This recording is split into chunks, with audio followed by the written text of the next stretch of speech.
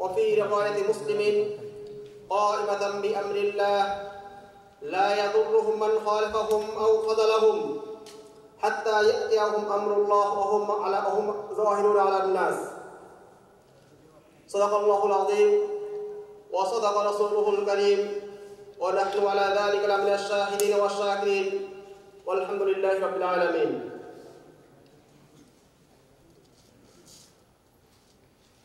ইসলাম একটি পূর্ণাঙ্গ জীবন ব্যবস্থা। এই ব্যাপারে আমাদের কারো কোনো সন্দেহ আছে? ইসলাম এমন একটি জীবন ব্যবস্থা যেখানে ব্যক্তি জীবন থেকে শুরু করে পারিবারিক, সামাজিক, রাষ্ট্রীয় এবং আন্তর্জাতিক অঙ্গনের প্রতিটি সেক্টরে, প্রতিটি ক্ষেত্রে তার রয়েছে পূর্ণাঙ্গ জীবন বিধান, পরিপূর্ণ জীবন ব্যবস্থা।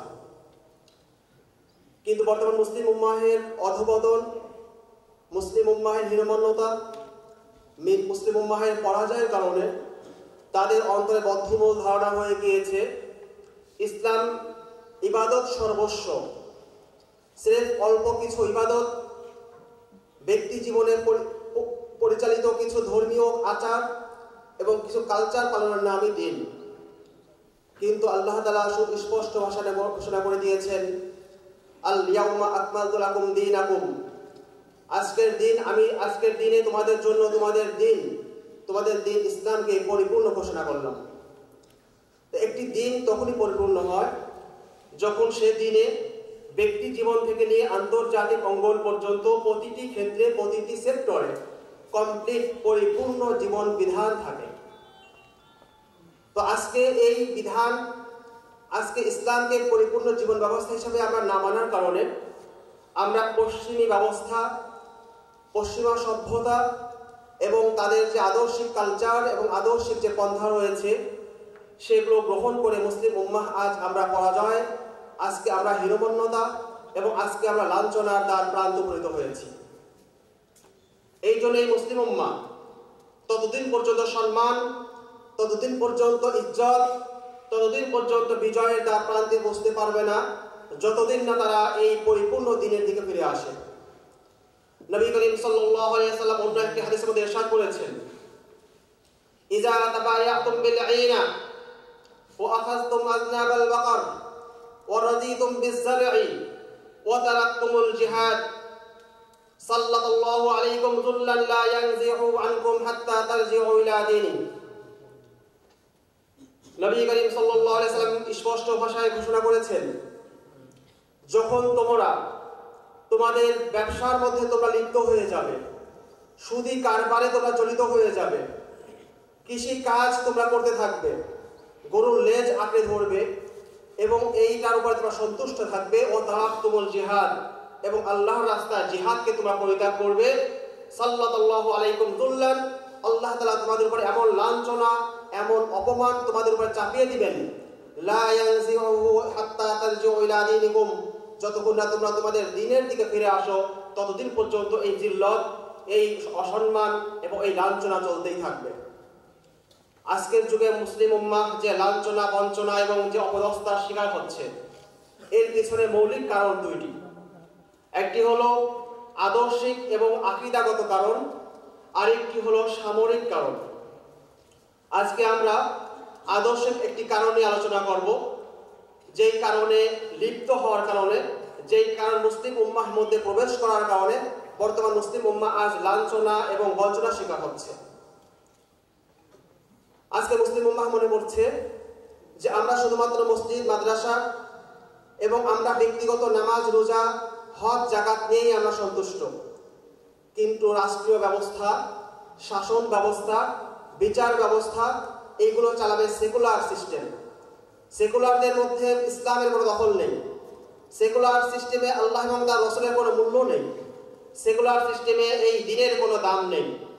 এই জন্য আমরা যদি দ্বীনকে আংশিকভাবে পালন করি তাহলে আমাদের উপরে এই লাঞ্ছনা এবং এই বঞ্চনা আমাদের উপর চলতেই থাকবে।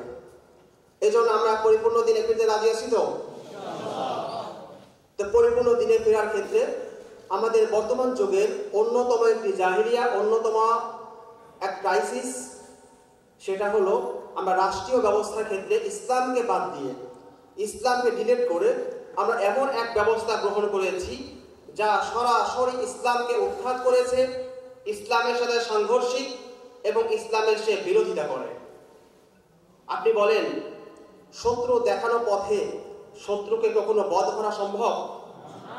কিন্তু আমরা ইসলাম প্রতিষ্ঠা এবং ইসলাম বিজয়ের স্বপ্ন দেখি এমন পথ অবলম্বন করে যেই পথ আমাদেরকে দেখিয়েছে আমাদের শত্রুরা। আমাদের শত্রুদের প্রদর্শিত পথ দিয়ে আমরা কখনো সেই পথে বিজয় অর্জন করতে পারবো না যেই পথ দান করেছেন মহান রব্বুল আলামিন। এই জন্য রবের দেখানো একমাত্র সেই পথেই আমরা তার দ্বীনকে বিজয় করতে পারব। তো সেই জাহিরি ব্যবস্থার নাম হচ্ছে গণতন্ত্র। আমরা আজকে গণতান্ত্রিক সিস্টেমের অসারতা এবং ইতিহাসের আয়নায় এই গণতান্ত্রিক সিস্টেম ইসলাম এবং দ্বীন বিজয়ের যে প্রচেষ্টা, এটার ক্ষেত্রে যে ব্যর্থতা, এটার ইতিহাস নিয়ে সামান্য আলোকপাত করার চেষ্টা করব ইনশাআল্লাহুল আজিজ। আমরা প্রথমে সামান্য ধারণা নেই গণতন্ত্র কি জিনিস, গণতন্ত্র কাকে বলে এবং গণতন্ত্রের দ্বারা দ্বীন এবং ইসলাম প্রতিষ্ঠা করা কেন সম্ভব নয়। গণতন্ত্রের ইংরেজি হচ্ছে ডেমোক্রেসি, যা গ্রিক শব্দ ডেমোক্রাটিয়া শব্দ থেকে উদ্ভূত। ডেমোস অর্থ হচ্ছে জনগণ, ক্রাটিয়া অর্থ হচ্ছে শাসন। জনগণের শাসনকে বলা হয় ডেমোক্রেসি বা গণতন্ত্র। আব্রাহাম লিঙ্কনের ভাষায় যে government of the people, by the people, for the people, যে মানুষের দ্বারা, জনগণের দ্বারা, জনগণের স্বার্থে যেই সরকার গঠিত হয় সেই সরকারকে বলা হয় গণতান্ত্রিক সরকার। তো এই সরকারি ব্যবস্থা, এই সিস্টেমের মধ্যে, এই গণতান্ত্রিক সিস্টেমের মধ্যে মানুষকে, জনগণকেই সকল ক্ষমতার উৎস মনে করা হয়। মুসলিমরা সকল ক্ষমতার কেন্দ্রবিন্দু, সকল ক্ষমতার উৎস, সকল ক্ষমতার মালিক, অধিকারী কাকে মনে করেন? কিন্তু এই সিস্টেমের প্রথম রোকন, প্রথম শর্ত, প্রথম মূল ভিত্তি হলো যে আপনাকে এই সিস্টেমে আসতে হলে আপনাকে এই বিশ্বাসে আসতে হবে যে জনগণই এই সিস্টেমের মালিক, এই সিস্টেমের হর্তাকর্তা এবং এই সিস্টেমের রক্ষাকর্তা। এখানে মুসলিমের যে ঈমান সবচেয়ে দামি সম্পদ, এই সম্পদকে বিসর্জন দিয়ে আপনাকে এই ঘরে প্রবেশ করতে হবে।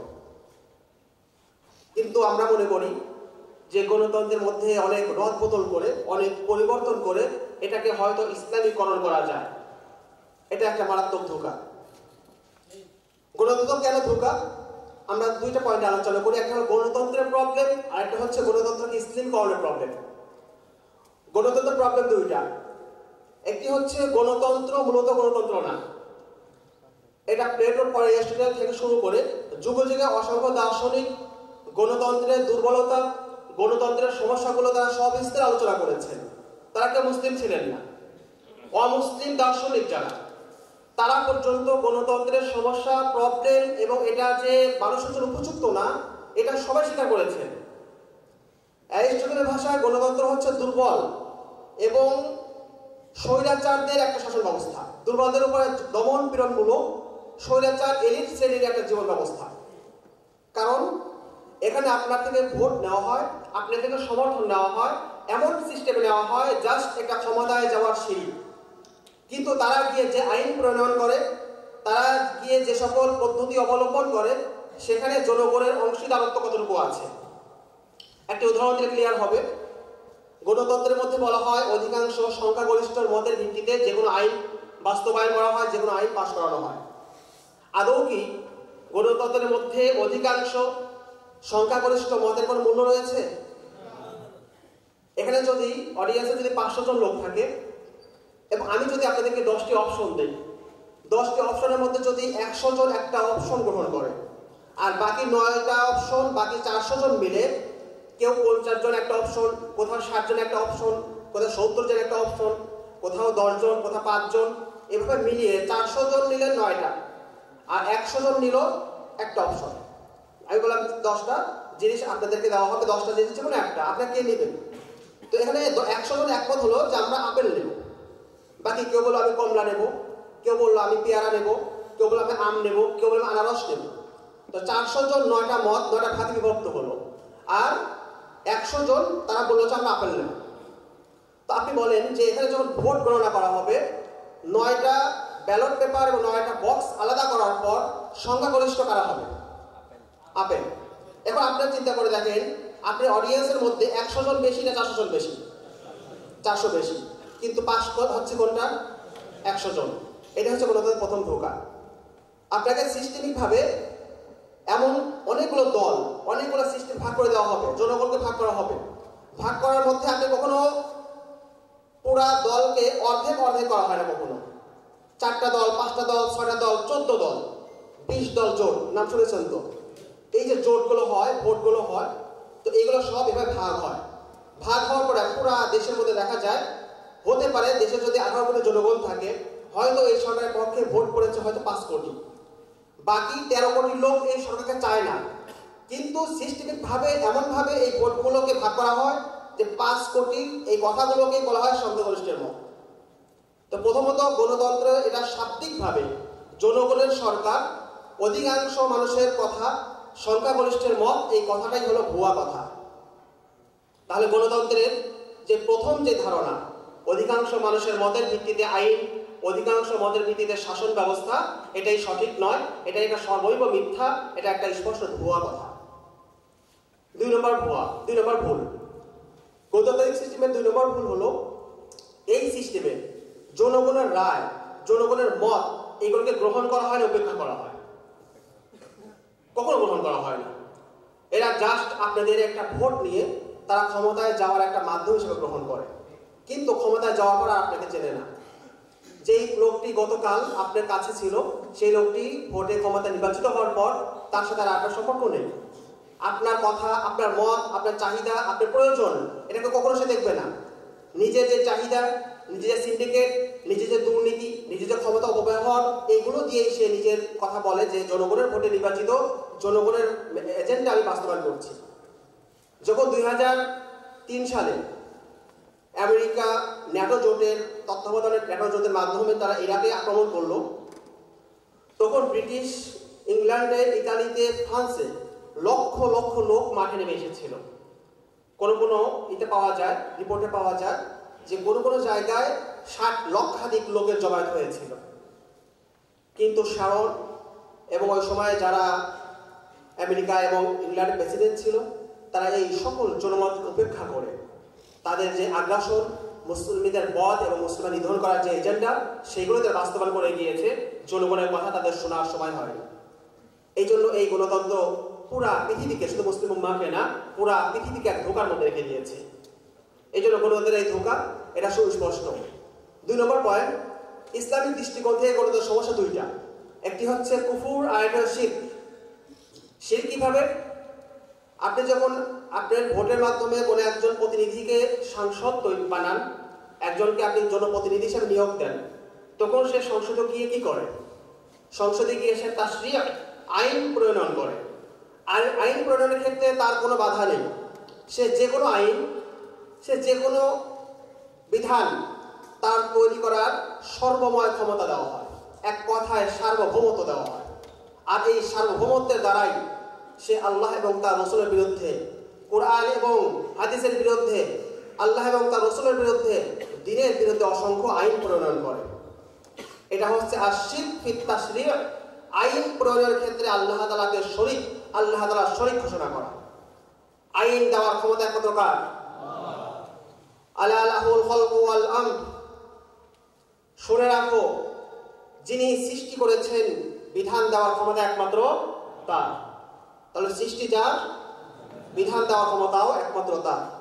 কিন্তু আমরা এই সিস্টেমে আমরা জনপ্রতিনিধি নিয়োগ করছি যেন তারা সংসদে গিয়ে তারা যে কোনো আইন, আল্লাহ এবং তার রাসূলের বিরোধী হোক, কোরআন এবং সুন্নাহর বিরোধী হোক, ইসলামের সাথে সাংঘর্ষিক হোক, যে কোনো আইন বানানো তারা ক্ষমতা পেয়ে যায়। এই ক্ষমতা দেওয়া, এই ক্ষমতা দেওয়ার অধিকার দেওয়াটাই হচ্ছে আইন প্রণয়নের ক্ষেত্রে শিরক করা। আইন প্রণয়নের যে একচ্ছত্র ক্ষমতা, একমাত্র অধিকার আল্লাহ তাআলার, আল্লাহ তাআলা এই ক্ষমতাকে আমরা অস্বীকার করে আমরা এখানে শরীক বানাচ্ছি। 2 নম্বর, এটা কুফর। কুফর কিভাবে? এই সিস্টেম আপনার দ্বীনকে প্রত্যাখ্যান করে। এই সিস্টেমের মধ্যে আল্লাহ এবং তার রাসূলের কোনো ভ্যালু নেই। এই সিস্টেমের মধ্যে কোরআনের কোনো মূল্য নেই। এই সিস্টেম বলে যে এই প্রজাতন্ত্রের যে আইন, যে সংবিধান রয়েছে, এটার সাথে সাংঘর্ষিক কোনো আইন, কোনো তন্ত্র, কোনো আদর্শ, কোনো বিশ্বাস যতটুকু অংশ সাংঘর্ষিক হবে অতটুকু অংশ বাতিল বলিয়া বিবেচিত হইবে। এটা লেখা আছে কিনা? তো এই কথার আমরা যদি নতিজা বের করি, ফলাফল বের করি, তাহলে কোরআন এবং সুন্নাহর যে সমস্ত আইন এই সংবিধানের সাথে সাংঘর্ষিক, কোরআন এবং সুন্নাহর অতটুকু অংশ বাতিল। এই কথা কোনো মুসলিম বিশ্বাস করতে পারে? অথচ আমরা কিন্তু এই কথাগুলো না জেনে, অজ্ঞতার কারণে অথবা কোনো দলের প্রতি প্রীতি, কোনো দলের প্রতি মহব্বতের কারণে আমরা এই কথাগুলোকে অ্যাভয়েড করছি, স্কিপ করছি, অথচ আমরা অজান্তেই কুফর এবং শিরকের মধ্যে লিপ্ত হয়ে যাচ্ছি। এই জন্য গণতন্ত্র একটা কুফরি এবং শিরকি একটা ব্যবস্থা, এই ব্যাপারে কোনো সন্দেহ নেই। এই সিস্টেম কোরআন এবং সুন্নাহকে প্রত্যাখ্যান করে, এই সিস্টেম আল্লাহ এবং তার রাসূলকে প্রত্যাখ্যান করে, আল্লাহ এবং তার রাসূলকে অস্বীকার করে। সুতরাং এটা হলো কুফর, এটা কুফর বিদ্দিন, কুফর বিল ইসলাম, এটা ইসলাম এবং দ্বীনকে অস্বীকার করে। এই জন্য এই সিস্টেমকে আমরা বলি এটা শিরক ফিত তাশরীর, শরীয়ত এবং আইন প্রণয়নের ক্ষেত্রে শিরক, এবং কুফর বিদ্দিন অল ইসলাম, দ্বীন এবং ইসলামের সাথে এটা প্রত্যাখ্যান, দ্বীন এবং ইসলামকে সে অস্বীকার করে। তাহলে অস্বীকার করার কারণে এটাকে বলা হবে কুফরি ব্যবস্থা, আর আইনের ক্ষেত্রে আল্লাহ তাআলা শরীক হওয়ার কারণে এই ব্যবস্থাকে বলা হবে শিরকি ব্যবস্থা। এই দুটো জিনিস তো ক্লিয়ার। তাহলে এটাকে অনেকে বলে গণতন্ত্র হারাম। এই জিনিসটা একটা ধোঁকা, কিন্তু অনেকে মনে করবেন যে গণতন্ত্র হারাম বলছে তাহলে বলা ঠিক কথা, ঠিক আছে না। হারাম আর কুফর আর শিরকের মধ্যে আকাশ এবং পাতাল পার্থক্য রয়েছে। যে ব্যক্তি হারাম করে সে মুসলিম, হারাম এটা মুসলমান থাকা অবস্থায় তার গুনাহ এবং তার পাপের সর্বোচ্চ স্তরের নাম হলো হারাম। আর কুফর আর শিরক হলো ইসলামের গণ্ডি, ইসলামের সীমানা থেকে বের হয়ে যাওয়ার নাম হলো কুফর এবং শিরক। এই যে সেমিনার, যেই মঞ্চ এবং এই যে অডিয়েন্স এখানে যারা আছেন, আমরা একটা হল রুমে আছি, তো আমরা সবাই ভিতরে আছি, কেউ কাছে কেউ দূরে। কিন্তু কুফর এবং শিরক হলো আপনি এই ইসলামের যে একটা এরিয়া আছে, ইসলামের যে একটা হল রুম আছে, এই হল রুম থেকে বের হয়ে যাওয়া। এই জন্য গণতন্ত্রকে যদি কেউ হারাম বলে তাহলে সে গণতন্ত্রের প্রকৃত বাস্তবতা সে উদ্ভাবন করতে পারেনি, এবং ইসলামের সাথে এটার যে সাংঘর্ষিকতা, ইসলামের সাথে এটার যে বিরোধিতা, এই ব্যাপারে সে ক্লিয়ার করেনি। এই জন্য গণতন্ত্রকে আমরা কখনো হারাম বলবো না, এটাকে বলবো কুফরি এবং শিরকি ব্যবস্থা। এটা হলো শারীরিক দৃষ্টিকোণ থেকে এবং তার প্রায়োগিক দৃষ্টিকোণ থেকে সমস্যা। এবার আমরা দ্বিতীয় পয়েন্টে আসি। গণতান্ত্রিক সিস্টেমে ইসলাম এবং দ্বীন প্রতিষ্ঠা করা, দ্বীন বিজয় করা সম্ভব কিনা, এখানে আমরা দুইটা পয়েন্ট আলোচনা করব।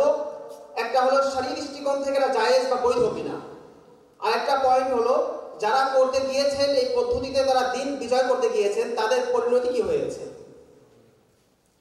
তো প্রথম পয়েন্টের আলোচনা, শরীয়তের দৃষ্টিকোণ থেকে গণতান্ত্রিক সিস্টেমে দ্বীন বিজয়, দ্বীন প্রতিষ্ঠা করা অনুমোদন করে কিনা। এই ক্ষেত্রে ইসলামপন্থী অনেক রাজনৈতিক ব্যক্তিত্ব আছেন, তাদের একটি ধারণা যে বর্তমান যুগে যেহেতু রাষ্ট্রীয় ব্যবস্থায় যাওয়ার কোনো উপায় নেই, কোনো বিকল্প নেই, এই জন্য আমরা গণতান্ত্রিক সিস্টেমে আমরা সংসদের সংখ্যাগরিষ্ঠ অর্জন করে আমরা সেখানে আইন পাশ করে ইসলামের সকল বিধানগুলোকে আমরা পুরা দেশে বাস্তবায়ন করব, পুরা দেশে কার্যকর করব। এমন কথা আপনারা শুনেছেন কিনা? এখানে একটা অনেক বড় ধোঁকা রয়েছে। প্রথম কথা হলো বাস্তবতার নিরিখে এটা কখনো সম্ভব না। বাস্তবতার নিরিখে পুরা বাংলাদেশে ইসলামপন্থীদের ভোটের পরিমাণ কত জানেন? সব মিলে জরিপ করে দেখা যায় 10% বা তারও কম। এবং গত এক শতাব্দী কাল চলে গণতন্ত্রের পক্ষে এই যে জনমত, এই যে আহ্বান, এই যে এটার জন্য এত মেহনত, কুরবানি, মুজাহাদা, এতদিনেও আমাদের দেশে মাত্র 10% লোকও ইসলামপন্থীদের এই ভোটে নির্বাচিত হতে, ক্ষমতায় যেতে তারা দেখতে চায় না। আপনি আর কতকাল মেহনত করলে এই সংখ্যাকে আপনি 50% প্লাস করে আপনি ক্ষমতায় যাওয়ার আশা করেন? এটা কখনো সম্ভব না। এটা আপনি যত মেহনত করবেন কখনো সম্ভব না। এটা হলো জরিপগত ফলাফল।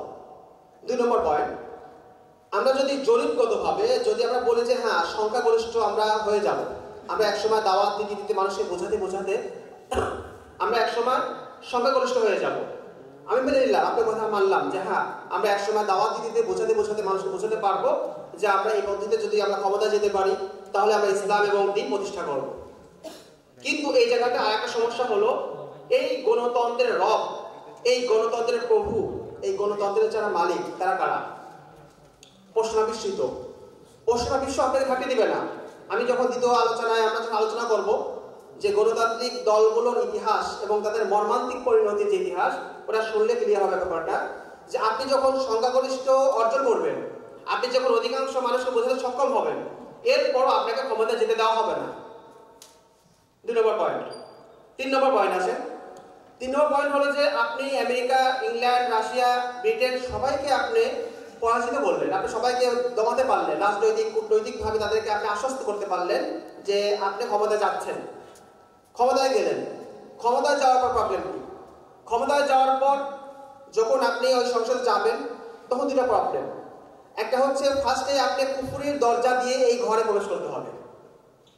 এখানে যে আপনার সিস্টেম, আপনার যে সংবিধান, আপনার যে ফর্ম ফিল আপ পূরণ করার ব্যাপার রয়েছে, এইগুলো সবগুলোর মধ্যে রয়েছে এই সংবিধানের প্রতি আপনার শ্রদ্ধাবোধ, এই সংবিধানকে রক্ষা করার দায়িত্ব এবং এই সংবিধানের সাথে সাংঘর্ষিক সকল মত এবং আদর্শকে বর্জন করার দাওয়া। এই সকল বিষয়গুলোকে একটা মুসলমান মেনে নিতে পারে? কিন্তু ক্ষমতায় যাওয়ার লোভে, ইসলামকে বিজয়ী করার কাল্পনিক মোহে সে এই কুফরির দরজা দিয়ে তবু সে প্রবেশ করছে। প্রথম সমস্যা, যে কুফরির দরজা দিয়ে তাকে প্রবেশ করতে হবে। 2 নম্বর সমস্যা, আমি এটাও মেনে নিলাম যে আপনার জরুরত প্রয়োজনের কারণে কুফরির দরজা দিয়ে প্রবেশ করছেন, এটা একটা জরুরত। কিন্তু আপনি যখন সংসদে যাচ্ছেন, যাওয়ার পরে কি সমস্যা হবে? আপনি যাওয়ার পরে বলবেন যে এখন কি কি আইন আছে দেখো, সব লিস্টগুলো নিয়ে আসো।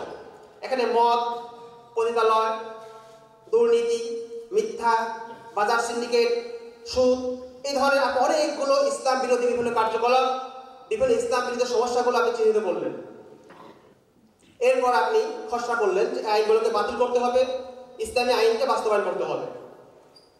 এরপর আপনি যখন খসড়া তৈরি করে যখন সংসদে পেশ করছেন,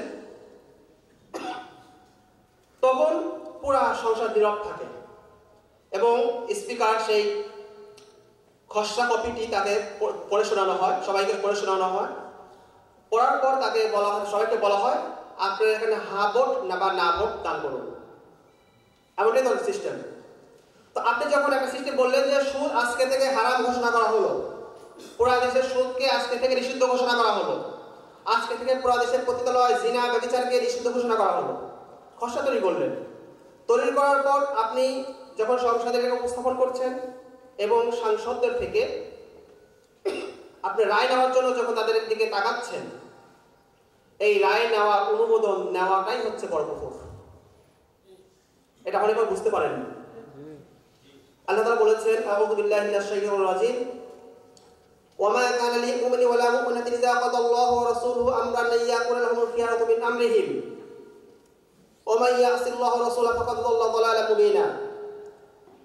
কোন মুমিন পুরুষ এবং কোন মুমিন নারীর কোনো অধিকার নেই, আল্লাহ এবং তার রাসূল যখন কোনো বিষয় ফয়সালা করবেন, কোন বিষয় বিধান দান করবেন, তখন তাদের ইখতিয়ার করা, বাছাই করা, এখান থেকে যে কোনো একটা গ্রহণ করা, হ্যাঁ বা না ভোট গ্রহণ করা, এটার কোনো অধিকার নেই। ওয়া মান ইয়াসিল্লাহু ওয়া রাসূলাহু, আর যে ব্যক্তি আল্লাহ এবং তার রাসূলের অবাধ্যতা প্রদর্শন করবে, ফাকাদ দাল্লা দালালান মুবিনা, সে সুস্পষ্ট গুমরাহির মধ্যে নিপতিত হবে। এখন আপনি বলুন, সুদ এটা হারাম, এটা মানুষ করবে না আল্লাহ করেছেন? আল্লাহ প্রদত্ত হারামকে এক নগণ্য বান্দার এই দুঃসাহস কি করে হয় যে আল্লাহ তাআলার এই বিধান চলবে কি চলবে না এটার জন্য সংখ্যাগরিষ্ঠ মত লাগবে? এটা আল্লাহ তাআলার উপরে এক দুঃসাহস, ভয়ঙ্কর এক স্পর্ধা, যা তাকে আল্লাহ দ্রোহী হিসাবে শামিল করে, তাকে ইসলাম থেকে খারিজ করে দেয়। কোন বান্দাকে এই অধিকার দেওয়া হয়নি আল্লাহ বিধান নিয়ে চুলচেরা বিশ্লেষণ করে হ্যাঁ বা না ভোটের মাধ্যমে এই বিধানকে পাশ করানো। আল্লাহর বিধানকে মানতে হবে। আল্লাহর বিধান এই জন্যই। অধিকাংশ মানুষ কি বলছে, হ্যাঁ না না ভোট, এই দিকে তাকানোর কোনো অপশন মুসলমানের নেই। আপনি বলছেন অধিকাংশের মত নেব, অধিকাংশের মত নিয়ে এই আইন পাশ করব, আপনাকে এই অধিকারটাকে দিয়েছে আল্লাহ তাআলা সুস্পষ্টভাবে বলে দিয়েছেন যে আল্লাহ এবং তার রাসূলের আইনের বিরোধিতা, এটা তো দূরে থাক, আল্লাহ এবং তার রাসূলের প্রদত্ত আইনকে গ্রহণ করার এখতিয়ার, সুযোগ, হ্যাঁ বা না ভোটের অপশন, এটাই তো কোনো আপনার অধিকার নেই। আপনি ইসলাম কায়েম করছেন ইসলাম বিরোধী পন্থায়। আল্লাহ এবং রাসূল যেটাকে বিদ্রোহ ঘোষণা করেছেন, যেটাকে আল্লাহ দ্রোহ বলা হচ্ছে, আপনি সেই পদ্ধতিতে ইসলাম কায়েম করছেন। না ইসলাম কায়েম হলো নাকি মানুষের মতামত কায়েম হলো? তো আমরা মানুষের মত কায়েম করতে চাই না দিন কায়েম করতে চাই? দিন কায়েম করতে চাইলে আল্লাহ দিনকে দিন হিসাবে কায়েম করতে হবে। মানুষের অধিকাংশ মানুষের মত নিয়ে কখনো দিন কায়েম হবে না। মানুষের মত নিয়ে যেটা কায়েম হবে সেটা হবে গণতন্ত্র, সেটা হবে শয়তানের দিন, সেটা হলো শয়তানের যেই পদ্ধতি, সেই পদ্ধতি বাস্তবায়িত হবে। আল্লাহর দিন, আল্লাহ তাআলার যে নিজাম, আল্লাহ তাআলার যে বিধান, এটা কখনো বাস্তবায়িত হবে না।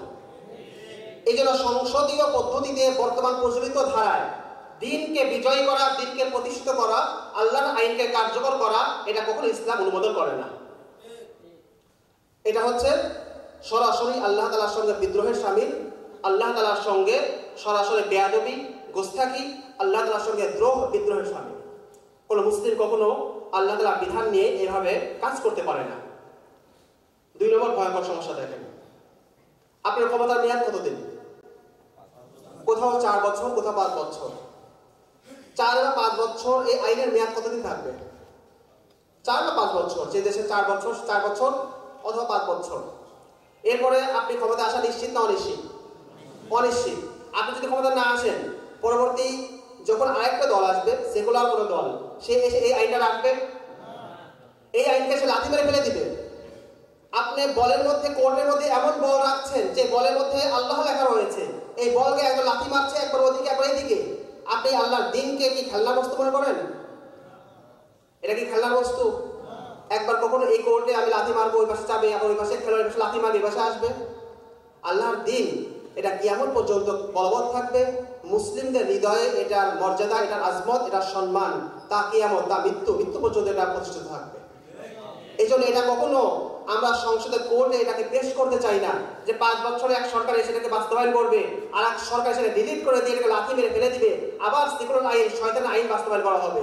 ওই সংসদ কখনো ইসলামী সংসদ হতে পারে না। এই জন্য ইসলামী সংসদ, ইসলামী গণতন্ত্র, ইসলামী ধারায় দিন প্রতিষ্ঠা, গণতন্ত্রের মাধ্যমে দিন প্রতিষ্ঠার কথা যারা বলে, তারা এখনো ধোঁকার মধ্যে রয়েছে। এই কথা এই জাতি মুসলিমরা যত আগে বুঝবে, তাদের জন্য তত বেশি কল্যাণ। যত দেরিতে বুঝবে, তাদের বিজয় তত দেরি হবে। ওমর রাদিয়াল্লাহু তাআলা একটা কথা বলেছেন, ইন্না কুন্না আযাল্লা কওমিন ফাআযানা আল্লাহু বিল ইসলাম। নিশ্চয় আমরা ছিলাম এক অধপতিত, এক লাঞ্ছিত, এক অপদস্থ এক জাতি। আল্লাহ তাআলা আমাদেরকে ইসলামের দ্বারা আমাদেরকে সম্মান দান করেছেন। ফামাহমা নাতলুবুল ইজ্জাতা বিগাইরি মা আযানা আল্লাহু বি।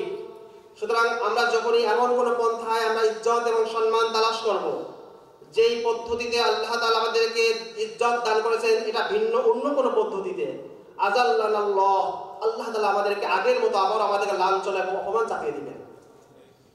তো আজকে আমরা নববী মানহাজ ছেড়ে আব্রাহামিক মানহাজ, আব্রাহাম লিঙ্কনের যে সিস্টেম মানহাজকে গ্রহণ করে পুরা উম্মাহ দিন বিজয়ের জন্য আমরা 100 বছরের রক্ত দিচ্ছি, ঘাম দিচ্ছি, শ্রম দিচ্ছি, সময় দিচ্ছি, কিন্তু আমাদের সেই সম্মান, সেই ইজ্জত ফিরে আসছে না। লাঞ্ছনা, বঞ্চনা, না নির্যাতন আমাদেরকে আষ্টে পৃষ্ঠে চেপে ধরেছে। পুরা বিশ্ব মুসলিমদের জন্য সংকীর্ণ হয়ে আসছে। এই জন্য আমরা এই দিনকে বিজয় দিতে চাইলে, এই দিনকে প্রতিষ্ঠিত করতে চাইলে আমাদেরকে সেই পথেই ফিরে যেতে হবে, যেই পথে সাহাবায়ে কেরাম এই দিনকে বিজয় করেছিলেন, যেই পথে সাহাবায়ে কেরামের পরবর্তী তাবেঈন এই পুরা উম্মাহর মধ্যে এই দিনকে ছড়িয়ে দিয়েছিলেন। আর সেই পদ্ধতির নাম হলো একমাত্র নববী মানহাজ। নববী মানহাজ ছাড়া এই দিনকে প্রতিষ্ঠা করার কোনো উপায় নেই। এটা হচ্ছে গণতান্ত্রিক সিস্টেমের সমস্যা, এবং এটাকে কেন ইসলামীকরণ করা যাবে না, এটা আমরা কারণ বললাম। এরপরে আমরা দ্বিতীয় ধাপে আলোচনা করছি যে গণতান্ত্রিক সিস্টেমে যারা দিন প্রতিষ্ঠা করতে গিয়েছে, তাদের পরিণতি কি হয়েছে। গণতান্ত্রিক দলগুলোর মধ্যে আমি আজকে কয়েকটা দলের নাম বলবো। আমাদের উপমহাদেশে 3টা দল প্রসিদ্ধ, উপমহাদেশ না, মধ্যপ্রাচ্য জুড়ে 3টা দল পুরা পৃথিবীতে প্রসিদ্ধ। উপমহাদেশের ক্ষেত্রে সবচেয়ে বড় একটি দলের নাম হচ্ছে জমিয়ত উলামা ইসলাম, যার প্রতিষ্ঠা কাল হলো 1919 সালে এই দলটি প্রতিষ্ঠা হয় ব্রিটিশ খেলাও আন্দোলনের প্রেক্ষাপটে। এবং ব্রিটিশদের বিরুদ্ধে যখন হিন্দুদের সাথে মিলে মুসলিমরা যখন আন্দোলন করেছিল, তখন ভারতবর্ষের উলামায়ে কেরামের একটি প্ল্যাটফর্ম এবং তাদের একটি দল, সংগঠিত একটি দল, এই দলের নাম ছিল জমিয়ত উলামা ইসলাম। তাদের মাধ্যমে একটি আন্দোলন সূচনা হয় এবং এই দলটি প্রথমত ব্রিটিশকার আন্দোলনের তারা যোগ দিয়েছিল, পরবর্তী তারা দাওয়াতি সংগঠনের রূপ নেয় এবং 1947 সালে যখন ভারত বিভক্ত হয়ে পড়ে তখন এই দলটি দুটি দল ভাগে বিভক্ত হয়ে যায়। একটি হলো জমিয়ত উলামায়ে হিন্দ আর একটা জমিয়ত উলামায়ে পাকিস্তান। জমিয়ত উলামায়ে হিন্দ বর্তমান ভারতের ক্ষমতাসীন দলের বিরোধী দল কংগ্রেসকে সমর্থন করে এবং এটার সুক্রিয়া এবং তাদের কৃতজ্ঞতা স্বরূপ এই সরকার জমিয়ত উলামায়ে হিন্দকে নির্দিষ্ট কয়েকটি সংরক্ষিত আসন তাদের জন্য বরাদ্দ রেখেছে। এটা নিয়েই তারা খুশি এবং এটা নিয়ে তারা সন্তুষ্ট, পরিতৃপ্ত। আর জমিয়ত উলামায়ে ইসলাম এদের কার্যক্রম শুরু হয় 1947 সালের পর থেকে পাকিস্তানে এই দলের সাথে প্রভাবশালী নেতা এবং সবচেয়ে সফল নেতা যাকে বলা হয়, ওনার নাম হলো মুফতি মাহমুদ রহমাতুল্লাহ তাআলা। উনি হলেন বর্তমান যে জমিয়ত উলামায়ে পাকিস্তান এটার যে সভাপতি মাওলানা ফজলুর রহমান, ওনার বাবা, ওনার পিতা। তো উনি এই দলের প্রধান ছিলেন। তো ওনাদের দীর্ঘদিনের মেহনত, দীর্ঘদিনের মুজাহাদা, দীর্ঘদিনের কুরবানির পর 1970 সালের দিকে তিনি কিছুটা সফলতা অর্জন করেন এবং নির্বাচনে জয়ী হয়ে তাকে একটি সীমান্ত প্রদেশে তাকে মুখ্যমন্ত্রী হিসেবে নিয়োগ দেওয়া হয়। এখানেই আমি যে কথা বলেছিলাম, কিছু রেফারেন্স বলেছিলাম যে ইতিহাসের মধ্যে আপনি বুঝতে পারবেন যে ইসলামপন্থীরা ক্ষমতায় যদি যায়ও, কুফরি দরজা দিয়ে কুফরি সিস্টেমের মধ্যে যায়ও, তবুও তাদের পরিধি কি হয় দেখেন। তো মাওলানা মুফতি মাহমুদ রহমাতুল্লাহ উনি যখন 1970 সালে নির্বাচন করে ক্ষমতায় গেলেন এবং সীমান্ত প্রদেশে মুখ্যমন্ত্রী হলেন, তিনি তখন চিন্তা করলেন যে এখন তো আমার দায়িত্ব ইসলাম প্রতিষ্ঠা করা, ইসলামী আইনগুলো বাস্তবায়ন করা। সে চিন্তায় তিনি সুদ, মদ, এই ধরনের বেশ কিছু অনইসলামিক যে বিষয়গুলো ছিল এইগুলো তিনি নিষিদ্ধ ঘোষণা করলেন। যেদিন নিষিদ্ধ ঘোষণা করলেন তার পরের দিনই বেনজির ভুট্টো সে তাকে অপসারণ করলো এবং তাকে মুখ্যমন্ত্রীর পদ থেকে তাকে পদচ্যুত করল। এই আইন বাস্তবায়নের সামান্যতম সুযোগ পায়নি। মুফতি মাহমুদ রহমাতুল্লাহ গেলেন, তারপরে আসলেন মাওলানা ফজলুর রহমান। উনিও দীর্ঘদিনের পোড় খাওয়া এক রাজনীতিক, অনেক বড় একজন অভিজ্ঞ ব্যক্তিত্ব, কিন্তু এই জায়গাতে বারবার পদস্খলন হচ্ছে, বারবার পড়ে যাচ্ছেন। বেনজির ভুট্টোর মেয়ে ইয়াহিয়া ভুট্টোর মেয়ে জুলফিকার আলী ভুট্টো ছিল ফার্স্টে, তার মেয়ে হলো বেনজির ভুট্টো। 1992 সালে তার সঙ্গে মাওলানা ফজলুর রহমান জোট করলেন এবং জোট করার পর উনি ধারাবাহিকভাবে কয়েকটা ওনার এটা আমরা সামারিটা দেখি। উনি প্রথমে পেয়েছিলেন 4টা, ওনার পুরো দলের 4টা আসন পেয়েছিলেন। এরপরে আরেকটা নির্বাচনে পেয়েছিলেন মোট 12টি আসন। পরবর্তীতে পুরা পাকিস্তানের সকল ইসলামী দল একজোট হয়ে সর্বশক্তি নিয়োগ করে সকল আলেম ওলামা মাঠে নেমে পুরা পাকিস্তানের সব মিলে সর্বোচ্চ, পুরা পৃথিবীর ইতিহাসে, উপমহাদেশের ইতিহাসে সর্বোচ্চ যে ভোট 53টা আসন পেয়েছিলেন। এটা হলো ওনাদের সর্বশেষ এবং সবচেয়ে বড় সফলতা। কিন্তু দুঃখ এবং আফসোসের ব্যাপার হলো এই 4টা, 12টা, 53টা আসন নিয়ে ইসলামের হামজা, দ্বীনের ডাল সামান্যতম কোথাও প্রতিষ্ঠা করতে পারেননি। 1 ইঞ্চি জমিনের মধ্যে 1 সেকেন্ডের জন্য কোথাও দ্বীপ প্রতিষ্ঠা করতে পারেননি। এটা মূলত কোনো সম্ভবই না। আপনি এই সিস্টেমের মধ্যে যাবেন সিস্টেম পরিবর্তন করতে, কিন্তু আপনি কখন নিজেই পরিবর্তন হয়ে যাবে বুঝতে পারবেন না। এই সিস্টেমকে চেঞ্জ করা যায় না, এই সিস্টেমে গেলে নিজেই চেঞ্জ হয়ে যেতে হয়। এই জন্য এই সিস্টেমকে কোনো চেঞ্জ করতে যাবেন না, এই সিস্টেমকে ভাঙতে হবে, এই সিস্টেমকে উৎখাত করতে হবে। বিপ্লবের মাধ্যমে এই সিস্টেমকে যদি আপনি উৎখাত না করেন, এটা যদি শিকড় না কাটেন, এই সিস্টেমকে চেঞ্জ করতে গেলে নিজেই চেঞ্জ হয়ে নিজে ইমানের দায়রা থেকে বের হয়ে যাবেন। এই জন্য আমরা এই সিস্টেমকে কখনো আমরা চেঞ্জ করার কথা বলি না, আমরা এই সিস্টেমকে পরিবর্তন করার কথা বলি না, আমরা এই সিস্টেমকে কোনো সংস্কার করার কথা বলি না, আমরা এই সিস্টেমকে পুরা সমূলে এটাকে উৎখাত করার কথা বলি। এই জন্য জমিয়ত উলামায়ে পাকিস্তান এতগুলো আসন পাওয়ার পরও পুরা পাকিস্তানের ভূমিতে 1 ইঞ্চি ভূমির মধ্যে কখনো ইসলাম প্রতিষ্ঠা করতে পারেনি। এরপরে আসেন জমিয়ত উলামায়ে বাংলাদেশ। 1971 সালে বাংলাদেশের স্বাধীনতার যুদ্ধের পর যখন বাংলাদেশ গঠিত হলো, তখন ওই উলামায়ে হিন্দ, ওই যে উলামায়ে ইসলাম ছিল যেটা 1919 সালে গঠিত হয়েছিল, ওটা পরে 3 ভাগ হয়ে গেল। একটা জমিয়ত উলামায়ে হিন্দ, জমিয়ত উলামায়ে পাকিস্তান, জমিয়ত উলামায়ে বাংলাদেশ। জমিয়তুল উলামা বাংলাদেশের সবচেয়ে বড় সফলতার যিনি স্বাক্ষর রেখেছেন তিনি মুফতি ওয়াক্কাস রাহিমাহুল্লাহ। তিনি মারা গিয়েছেন গত কয়েক বছর হলো। উনি সবচেয়ে বেশি সফলতা পেয়েছিলেন। উনি সর্বমোট 3টা প্রতীকে উনি নির্বাচন করেছেন। একবার লাঙ্গল, যেটা হচ্ছে এরশাদের যে প্রতীক ছিল, লাঙ্গল প্রতীকে একবার দাঁড়িয়েছিলেন, একবার দাঁড়িয়েছিলেন খেজুর গাছ প্রতীকে, আর একবার সর্বশেষ দাঁড়িয়েছিলেন ধানের শীষ প্রতীকে। 3 প্রতীকেই তিনি বিজয় অর্জন করেছিলেন এবং সর্বশেষ এবং এরশাদের আমলে তিনি ধর্মমন্ত্রীও ছিলেন। কিন্তু দেখেন, উনার আমল এবং পরবর্তী আমলে বাংলাদেশের প্রেক্ষাপটে কোথাও কি ইসলামী একটা আইন পরিবর্তন তো দূরে থাক, ইসলামী বিধান প্রতিষ্ঠিত হওয়া তো দূরে থাক, প্রচলিত পন্থায় সংস্কারমূলকভাবে ইসলামের একটা আইন, ইসলামের একটা বিধান এই পর্যন্ত বাংলাদেশে বাস্তবায়িত হয়েছে?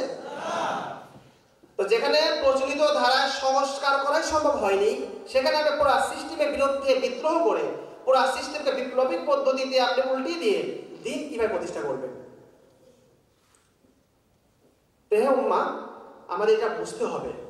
উম্মার সরল সহজ অনেক মুসলিম আছেন, এমনকি অনেক আলেমও আছেন। এই বৈশ্বিক জায়ান্টদের এই সকল ধোঁকা, এই সকল চতুরতা, এই সকল কৌশল এবং চক্রান্তগুলো এখন আর তো বোঝেন না। অনেকে মনে করেন যে আমরা সহজ সরল মানুষ, আমরা আস্তে আস্তে মানুষের আস্থা অর্জন করব, ভোট গ্রহণ করব, এক পর্যায়ে এমপি হব, মন্ত্রী হব, এরপর আস্তে আস্তে ইসলাম কায়েম করে ফেলবো। না ভাই, এখনো আমরা অনেক দূরে আছি। বৈশ্বিক রাজনীতির যে ধোঁকা, ইহুদিদের যে সকল সূক্ষ্ম সূক্ষ্ম রাজনীতির প্যাচ রয়েছে, এগুলো থেকে আমরা যোজন যোজন দূরে রয়েছি। এজন্য পুরা বিশ্ব বাস্তবতা, বৈশ্বিক প্রেক্ষাপট যদি না বুঝি, তাহলে এই ধোঁকার মধ্যে আমরা বারবার পড়বো, বারবার আমরা আছাড় খেতে থাকবো, আমাদের পদস্খলন হতেই থাকবে। এটা হলো জমিয়তুল উলামায়ে হিন্দ, জমিয়তুল উলামায়ে পাকিস্তান, জমিয়তুল উলামায়ে বাংলাদেশের আমাদের সংক্ষিপ্ত ইতিহাস বললাম। এরপর দ্বিতীয় একটি দল, পুরা বিশ্বের মধ্যে একটি বড় দল, ইখওয়ানুল মুসলিমিন, মুসলিম ব্রাদারহুড, নাম শুনেছেন তো সবাই। পুরা বিশ্বের মধ্যে সবচেয়ে সংগঠিত, সবচেয়ে বড় এবং বলা যায় সবচেয়ে প্রাচীন যে দলটি, সেটার নাম হচ্ছে মুসলিম ব্রাদারহুড। মুসলিম ব্রাদারহুডের জন্ম 1928 সালে।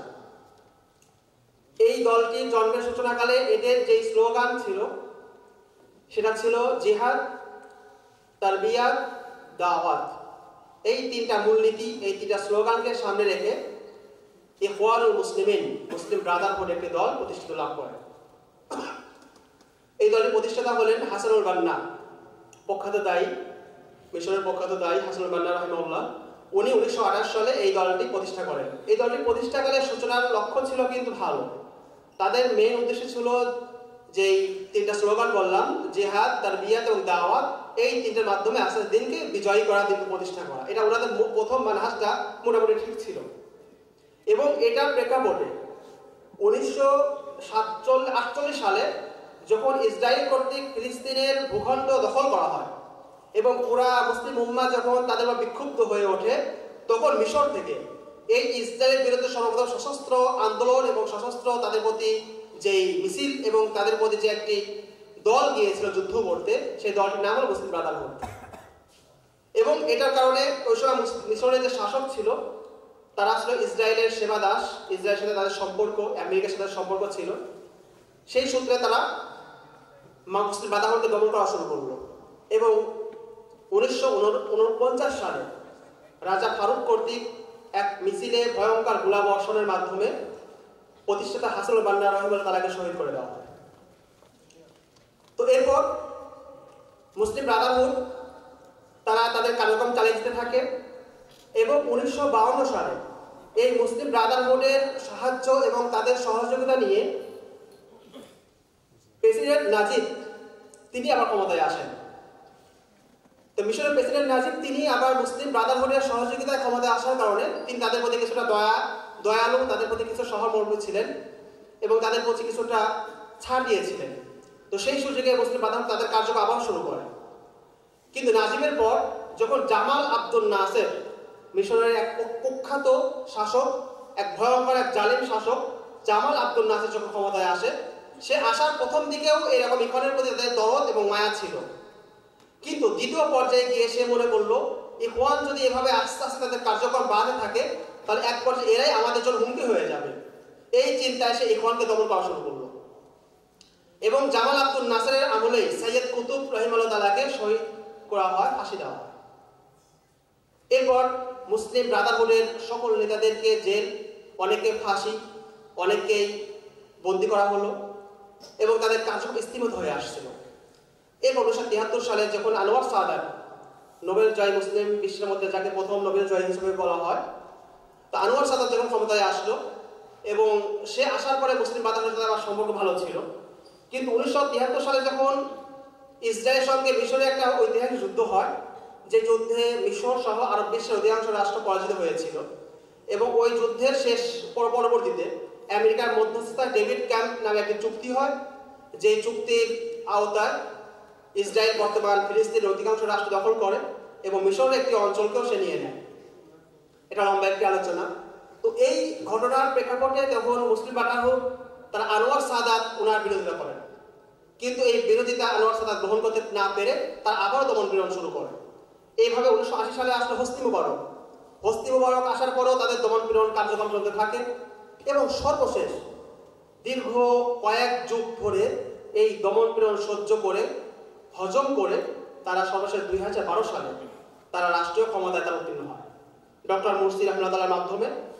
তাদের যেই সর্বোচ্চ সফলতা, পুরা পৃথিবীর ইতিহাসে সবচেয়ে বড় সফলতা গণতান্ত্রিক দলগুলোর মধ্যে সবচেয়ে বড় যেই তাদের সফলতা ছিল, ডক্টর মুরসির মাধ্যমে তারা সেই ক্ষমতার শীর্ষে আরোহণ করে।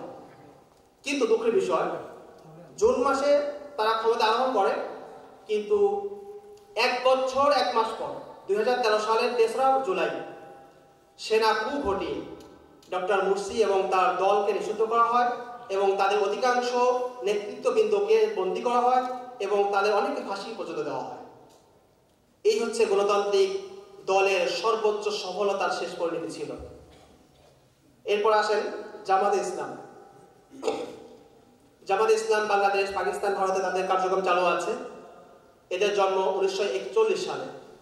এরাও দীর্ঘদিন যাবৎ বাংলাদেশ, পাকিস্তান, ভারতে তাদের সকল কার্যক্রম সুগঠিত, ব্যাংক, তাদের স্কুল, কলেজ, তাদের দাতব্য সংস্থা এবং তাদের সকল ধরনের সিস্টেম কিন্তু চালু আছে এবং সাংগঠনিকভাবে তারা অনেক মজবুত। কিন্তু সফলতার পাল্লা, সফলতার মাত্রা একেবারেই শূন্য। তারা এককভাবে অথবা অন্য কোনো দলের উপরে সর হয়ে কখনো পৃথিবীতে কোথাও তারা ক্ষমতা যেতে পারেনি। মাঝে মধ্যে তারা ক্ষমতার সিঁড়ি হিসেবে ব্যবহৃত হয়েছে, কিন্তু তারা ক্ষমতার কেন্দ্রবিন্দুতে কখনো পৌঁছতে পারেনি। এটা হচ্ছে আমাদের উপমহাদেশ এবং মধ্যপ্রাচ্যের 3টা প্রসিদ্ধ দলের অবস্থা। এবং মধ্যপ্রাচ্যের আরেকটা দেশ, সেটা হচ্ছে তিউনিসিয়া। রশিদ ঘানুসির নেতৃত্বে যখন তারা বিজয় লাভ করতে যাচ্ছিল, তখন তাদের সেই সামরিক প্রেসিডেন্ট, সামরিক যারা ছিল, সেনাকূ ছিল, সেনাকুর মাধ্যমে তার বিরুদ্ধে তার রাষ্ট্রদ্রোহ মামলা দেওয়া হয় এবং 25,000 নেতাকর্মীকে জেলাবদ্ধ করা হয়। আলজেরিয়াতে সালভেশন ফ্রন্ট নামে, মুসলিম সালভেশন ফ্রন্ট নামে একটি দল ছিল। তারাও যখন বিজয় প্রান্তে চলে যাচ্ছিল, তাদের 30,000 কর্মীকে বন্দী করা হয় এবং অনেকে ফাঁসি দেওয়া হয়। তুরস্কে আদনান মেন্দোরাসকে শুধুমাত্র আরবিতে আজান দেওয়ার কারণে, কামাল আতাতুর্ক তো আজান নিষিদ্ধ করে দিয়েছিল, কিন্তু আদনান মেন্দোরাস এসে আজানটাকে আবার আরবিতে চালু করেছিলেন। শুধু এই অপরাধের কারণে তাকে ক্ষমতাচ্যুত করে তাকে ফাঁসিতে ঝোলানো হয়। প্রধানমন্ত্রী নাজমুদ্দিন এরবাকান তাকে 1997 সালে জোর করে তাকে সেনাবাহিনী জোর করে তাকে ক্ষমতাচ্যুত করে। এই ধরনের মিশর, তুরস্ক, আলজেরিয়া, তিউনিস এবং সর্বশেষ ফিলিস্তিনের কথা দেখেন। হামাস 2006 সালে বিপুল ভোটে বিজয়ী হলো, কিন্তু ইসরায়েল এবং আমেরিকা বলল যে এরা সন্ত্রাসীদের বিজয়ের কোনো মূল্য নেই। তো আপনি যদি ইসলাম প্রতিষ্ঠা করার জন্য এই কুফরি সিস্টেম যদি আপনি বিজয়ী হয়ে আসেন, তবুও পশ্চিমা বিশ্ব আপনাকে মেনে নেবে না। আপনাকে সন্ত্রাসী তকমা দিয়ে, আপনাকে টেররিস্ট নাম দিয়ে, আপনার বিরুদ্ধে সেনা কু ঘটিয়ে অবশ্যই আপনাকে ক্ষমতা মস্তক থেকে নামিয়ে দেওয়া হবে। এই জন্য এই ধোঁকার পথে গেলে আমাদের 2টা ক্ষতি। একটা হচ্ছে আমার দিন নষ্ট হচ্ছে, ঈমান নষ্ট হচ্ছে। 2 নম্বর হলো আপনি ক্ষমতা কেন্দ্রবিন্দুতে পৌঁছলেও পশ্চিমা বিশ্ব আপনাকে কখনো এই ক্ষমতা থাকতে দিবে না। এই জন্য যদি দিন প্রতিষ্ঠা করতে হয়, তাহলে আমাদেরকে প্রতিষ্ঠা করতে হবে ওই পদ্ধতিতে, যেই পদ্ধতিতে সাহাবায়ে কেরাম এবং পরবর্তী যে সকল তাবিঈন ছিলেন তারা প্রতিষ্ঠা করেছিলেন। শেষ ইমাম মালিক রহমাতুল্লাহ একটি কথা বলে শেষ করছি। ইমাম মালিক বলেছেন, লা ইসলিহা আখিরু হাযিল উম্মাহ ইল্লা বিমা সালাহা বিহি আউয়ালুহা।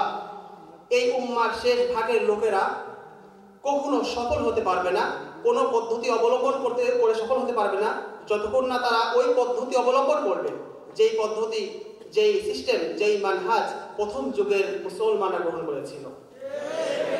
প্রথম যুগের মুসলমানদের মানহাজ কি ছিল? আমি 6টা শব্দ বলে যাচ্ছি, বিস্তারিত বলার সুযোগ নেই। দিন প্রতিষ্ঠা করার ক্ষেত্রে 6টা ধাপ রয়েছে। 1 নম্বর হচ্ছে দাওয়াত, 2 নম্বর হচ্ছে তারবিয়াত। দাওয়াতের মাধ্যমে যখন লোক জমা করবেন তাদেরকে শিক্ষা দিবেন, তারবিয়া দিবেন। তারবিয়া যখন কমপ্লিট হয়ে যাবে এরপরে লাগবে হিজরত, হিজরতের পরে লাগবে নুসরত, আনসার লাগবে, মুহাজির এবং আনসার। এরপরে লাগবে ইআদাদ, আপনার প্রস্তুতি লাগবে। এরপরে সর্বশেষ চূড়ান্ত চূড়া হলো জিহাদ। এই 6টি অপশন ছাড়া আপনি দিনকে কখনো প্রতিষ্ঠা করতে পারবেন না। নববী মানহাজের মূল সার কথা হলো 6টি জিনিস।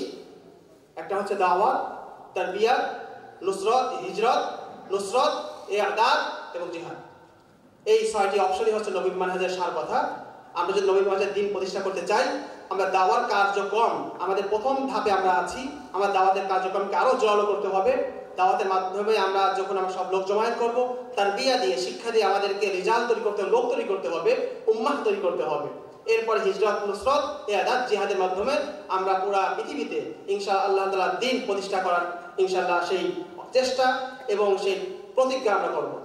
আল্লাহ তাআলা আমাদেরকে সবাইকে এই দিন বিজয়ের অগ্রসেনানী এবং এই দিন বিজয়ের অংশীদার হওয়ার তৌফিক দান করুন।